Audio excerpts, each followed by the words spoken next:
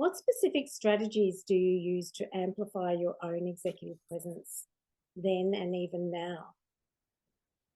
Um, I think there are ways with both your spoken demeanor and your physical presence. And one I think is true today. It was true then, and yet there's an entire generation I'm working with it that perhaps is struggling to believe it. But I think to be professionally dressed, to come into the moment dressed like you are to be taken seriously, and that you are in the mode and mentality of the expectations of the audience. So I'm not a believer in today's like overly casual environment where it's hard to tell the difference between who's in bed, who's hanging out on their couch, and who's at work. I like to make sure that when you look the part when you're at work. And then I think there's a real truth to a calm professional demeanor. And well, then I think when you get the chance to present, you need to ensure that you know your stuff and that you're presenting from a data driven background, that you can back up what you have to say, and that you're ensuring that you are spot on and can impress the audience that's listening. And they're listening because you've already made that first impression coming into the room. Yes, first impressions are very important, and I think that's where a lot of people let themselves down, in that there's not a lot of thought process that goes into, well, how should I be presenting myself to this particular audience? How, you talked about expectations in previous discussion. And so you have to also think about, well, what would their expectations be of me in my capacity now, and how should I be dressing for this particular meeting or presentation or whatever it might be. Yeah. Yeah. Absolutely. Did you, I'm just curious, did you get any guidance of that when you were, a young woman starting out in your career? What help did you get to be able to, understand how to put yourself together in a very, very professional way? I did, and I'm thankful for this moment. At the time, there were times where I thought that it was extreme. We had a very strict dress code Mm-hmm. in my early days in that professional environment of how we could dress, what we had to wear. And there was a woman in charge of our department, and she was very, very direct in her feedback and in her requirements of how we dressed. But I feel like that teaching, her stand, setting a really high standard and then holding it, taught me to respect the power of that standard and the impression it made on behalf of both our individual selves and the brand. Hmm. Because there is a difference, isn't there, to, dressing a certain way. If you dress more casually, you tend not to feel so empowered to walk into a room and make a fabulous presentation, I think anyway, as if you were, dressed very professionally to suit the moment. I think it does really impact the way we think, how we behave, and everything that flows through as a result.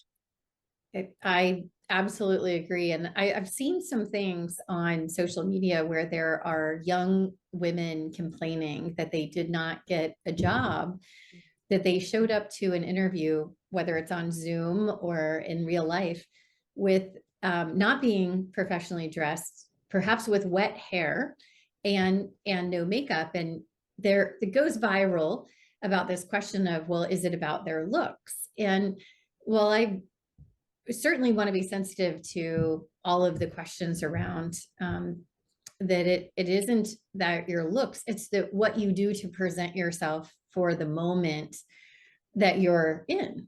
And I think that you can look lots and lots of ways, but always put together, always like you collected yourself in the moment and prepared for that moment. But if you duck in looking like you didn't have time to dry off after the shower, it Mm. doesn't look like that meeting was the most important thing of your day. No, there's lack of preparation, and I think the word respect, you've mentioned a couple of times, has a lot to do with this as well. It's your own self-respect, You know, would I allow myself to go looking like this? And also, well, what would the other people think if I showed up looking like this? I mean, there's times I won't walk out the front door unless I've, dressed and presented a certain way. So yes, goes a long way. So talk more to me about, you mentioned a calm demeanor in terms of your strategy for executive presence. Um, I think that especially as a woman in this space, that it is easy to get rattled or flustered, um, or perhaps giddy in the moment, but to have a variety of reactions that can make you look either nervous or unprepared, or they present younger or less professional than in the moment that you'd like them to be. And I think having a very calm, collected, prepared, confident approach to the moment really sets the stage for leveling the playing field of the room that you're in. And so you walking into a room and taking a seat right at the middle of the table, ensuring that you speak up when you introduce yourself, being at times the first to speak or the first one to introduce yourself, to finding those places where you really capture the opportunity rather than shrinking from it, and yet being sort of calm in that moment, both not too shy or nervous looking and not so eager or um, so rattled that shows either. Mm. You mentioned also having, data-driven information, which of course is the credibility, isn't it, behind everything. So if you're confident in the data that you're actually going to be presenting, then that should be a given. That should just be able to roll off the tongue, and you should be able to talk confidently about that. But to me, it's also about the packaging, how you put yourself in front of those people. If you don't have to second guess yourself or be concerned or worried about how you've dressed yourself, how you've presented yourself, and you've got really, clean, concise data that you can present and you know it inside and out, then that to me is just a perfect opportunity for success for any woman. And she shouldn't feel rattled, because she should be calm, because she's got nothing to question herself about, has she?